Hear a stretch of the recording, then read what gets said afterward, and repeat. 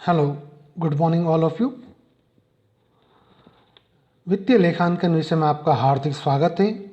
आज हमारा विषय है परिणामी हानि का बीमे के दावे का परिकलन, यानी calculation of claim for constitutional insurance. पिछले वीडियो के अंदर हमने अग्नि से संबंधित होने वाले दावे के संबंध में पढ़ा था कि किस प्रकार से यदि लॉस बाय थीप यानी स्टॉक इंश्योरेंस के बारे में पढ़ा था, loss by thief, loss by fire हो, उनके दावों का किस प्रकार से निपटारा किया जाएगा, इसके संबंध में हमने पढ़ा था। आज के विषय है परिणामी हानि के दावे का परिकलन। हमने देखा होगा कि यदि अग्नि वगैरह के नष्ट होने के कारण यदि कुछ समय के लिए हमारा व्यापार बंद हो जाता है और व्यापार बंद होने के कारण हमें जो लाभ की हानि होती है तो उसकी जो कैलकुलेशन की जाती है वो परिणामी हानि के तहत की जाती है। यानी कि ऐसी दशा में जब व्यवसाय बंद है लेकिन हमें कुछ खर्चे तो करने ही पड़ेंगे जो स्थिर प्रकृति के होते हैं, उन खर्चों को करने के लिए हमें पैसा भी चाहिए, या जो लाभ नहीं कमाया गया और उसका हानि हुई है उस पीरियड में जब तक उपक्रम पूर्ण रूप से सही रूप से चालू नहीं हुआ, तो ऐसी दशा में परिणामी हानि के दावे का परिकलन किया जाता है। परिणामी हानि के दावे का परिकलन अग्नि आदि से न केवल माल व संपत्तियों के पूर्व अथवा आंशिक नष्ट होने से हानि होती है, बल्कि संपत्ति व संपत्तियों की हानि के परिणाम स्वरूप कुछ समय के लिए उपक्रम की व्यवसाय करने की क्षमता एवं कुशलता भी कुछ समय के लिए घट जाती है। इसका प्रभाव होता है कि उपक्रम उस अवधि के दौरान सामान्य लाभ नहीं कमा पाता है और कभी कभी तो उसके स्थिर प्रकृति व्ययों की पूर्ति भी नहीं कर पाता है। इस प्रकार जब तक व्यवसाय पूर्व अवस्था में नहीं आ जाता तब तक उपक्रम को लाभ की जो हानि होती है उसे परिणामी हानि कहते हैं। उपक्रम बहुत से खर्चे स्थिर स्वभाव के होते हैं जिन्हें करना ही पड़ता है, जैसे स्थायी कर्मचारियों का वेतन, भवन का किराया, बीमा प्रीमियम आदि, चाहे व्यवसाय चले अथवा नहीं। इन खर्चों को स्थिर खर्चे कहते हैं। इतना ही नहीं, उपक्रम को उत्पादन एवं बिक्री को पुनः सामान्य स्तर पर लाने के लिए कुछ अतिरिक्त खर्चे भी करने पड़ते हैं। उपरोक्त तीनों प्रकार के हानियों के संबंध में बीमा करना संभव है। इस प्रकार के बीमा को परिणामी हानि का बीमा अथवा लाभ हानि का बीमा कहते हैं। परिणामी हानि का दावा प्रस्तुत करने के लिए निम्न विभिन्न सूचनाओं की आवश्यकता होती है। परिणाम हानि के दावों की राशि का परिकलन करने के लिए निम्नलिखित 4 चरण हैं जिनके आधार पर दावे की राशि का परीक्षण किया जाता है। प्रथम चरण, फर्स्ट स्टेप, बिक्री में कमी का परिकलन, शॉर्ट सेल का करना। किस प्रकार से निकालेंगे? क्षतिपूर्ति की बीमित अवधि अथवा वास्तविक अवधि, प्रभावी अवधि में जो भी अवधि कम हो के लिए वास्तविक बिक्री की राशि ज्ञात की जानी चाहिए। बिक्री में कमी की राशि ज्ञात करने के लिए क्षतिपूर्ति की अवधि में जो की बिक्री हुई है उसकी तुलना पिछले वर्ष की अवधि में हुई बिक्री से की जानी चाहिए। यदि इस वर्ष की बिक्री की प्रवृत्ति पिछले वर्ष की बिक्री की तुलना में अधिक या कम होने की है तो इस बात का ध्यान रखा जाएगा कि पहले गत वर्ष की बिक्री समायोजित की जाएगी, फिर समायोजित बिक्री की राशि में से क्षतिपूर्ति की अवधि की वास्तविक बिक्री कर राशि घटाकर क्षतिपूर्ति अवधि में बिक्री की हुई कमी की राशि ज्ञात की जाएगी। यानी कि यदि इस साल सेल्स बढ़ रही है या घट रही है तो उसी के अनुरूप पिछले साल के उसी पीरियड के अंदर जो सेल्स हुई है उनको इंक्रीज या डिक्रीज किया जाएगा। सेकेंड स्टेप, बिक्री पर सकल लाभ का प्रतिशत ज्ञात करना, यानी सेल्स पर ग्रॉस प्रॉफिट का प्रतिशत ज्ञात किया जाना। जिस लेखा अवधि में आग आदि की दुर्घटना हुई है उसके तुरंत पूर्व के लेखा वर्ष के लाभ हानि खाते द्वारा प्रकट किए गए शुद्ध लाभ में समायोजन कर परिचालन लाभ की राशि ज्ञात की जाएगी। इस हेतु तुरंत गत लेखा वर्ष में से गैर परिचालन व्ययों, आय, लाभ एवं हानियों का समायोजन कर गत लेखा वर्ष का शुद्ध परिचालन लाभ ज्ञात किया जाता है।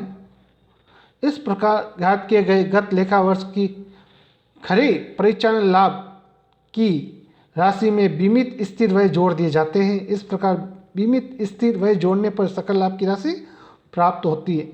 इसके पश्चात दुर्घटना के पूर्व वाले लेखा वर्ष की शुद्ध बिक्री ज्ञात की जाती है और शुद्ध बिक्री पर सकल लाभ की राशि का प्रतिशत ज्ञात किया जाता है। बिक्री पर सकल लाभ की दर निम्नलिखित सूत्र से ज्ञात की जाती है। बिक्री पर सकल लाभ की दर बराबर पिछले लेखा वर्ष का कर से पूर्व परिचालन लाभ प्लस चालू वर्ष के बीमित स्थिर व्यय होल डिवाइड बाय पिछले वर्ष की शुद्ध बिक्री मल्टीप्लाई 100, इन सबको मल्टीप्लाई 100 करना। थर्ड स्टेप, कम बिक्री पर लाभ का निर्धारण, जिसके लिए निम्न सूत्र की सहायता की जाती है। लाभ के हानि बराबर बिक्री पर सकल लाभ की दर इनटू क्रम बिक्री की राशि। नाउ फोर्थ स्टेप, औसत वाक्य।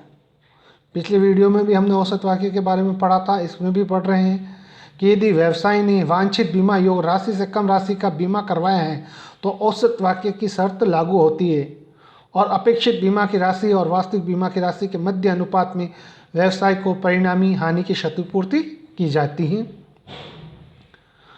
फिर जाते हैं दावे की राशि का परिकलन और औसत वाक्यों को ध्यान में रखते हुए किया जाएगा, जिसके लिए निम्न सूत्र की सहायता ली जाएगी। दावे की राशि बराबर वास्तविक बीमे की राशि डिवाइड बाय वांछित बीमे की राशि होल मल्टीप्लाई लाभ की हानि।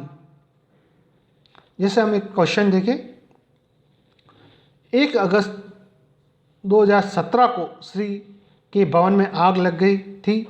उसने परिणामी हानि का 60,000 का बीमा ले रखा था। क्षतिपूर्ति की अवधि 4 माह की थी। वर्ष 16-17 का व्यापार एवं लाभ हानि खाता निम्न प्रकार से हैं, जो अभी देखेंगे।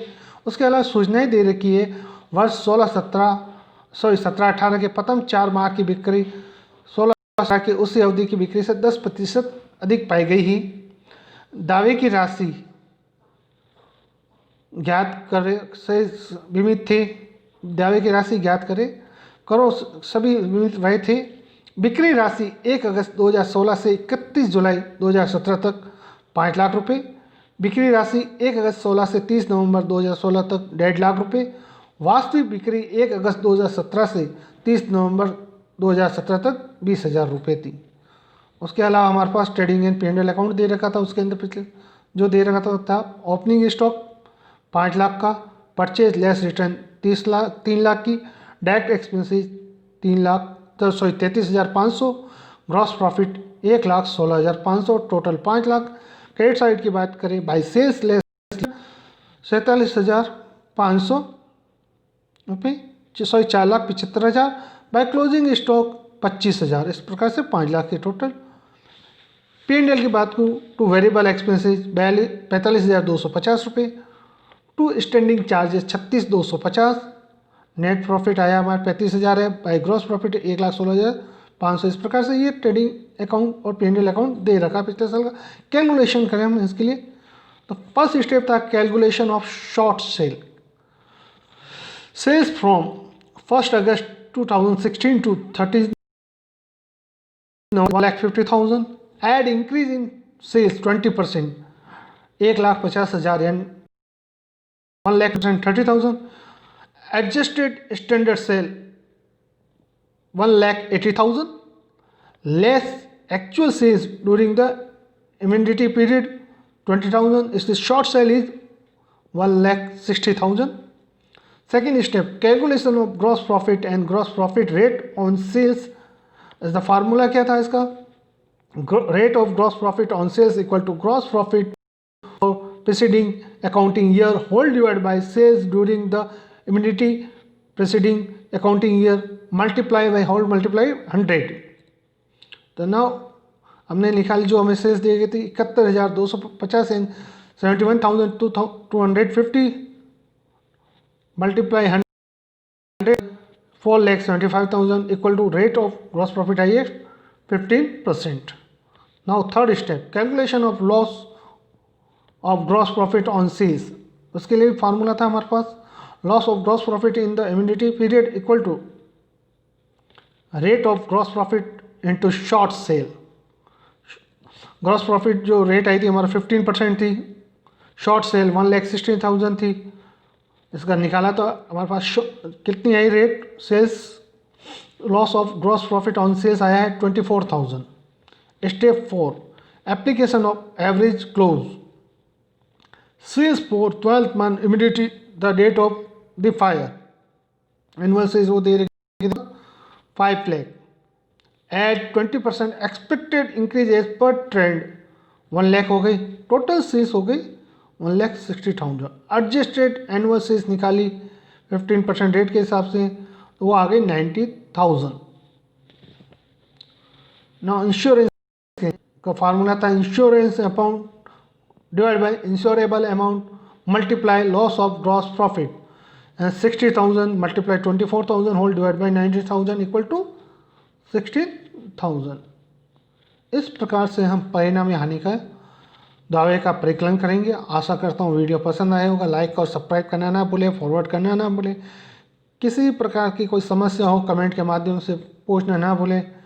अगले वीडियो में फिर मुलाकात होगी, तब तक के लिए धन्यवाद आपका।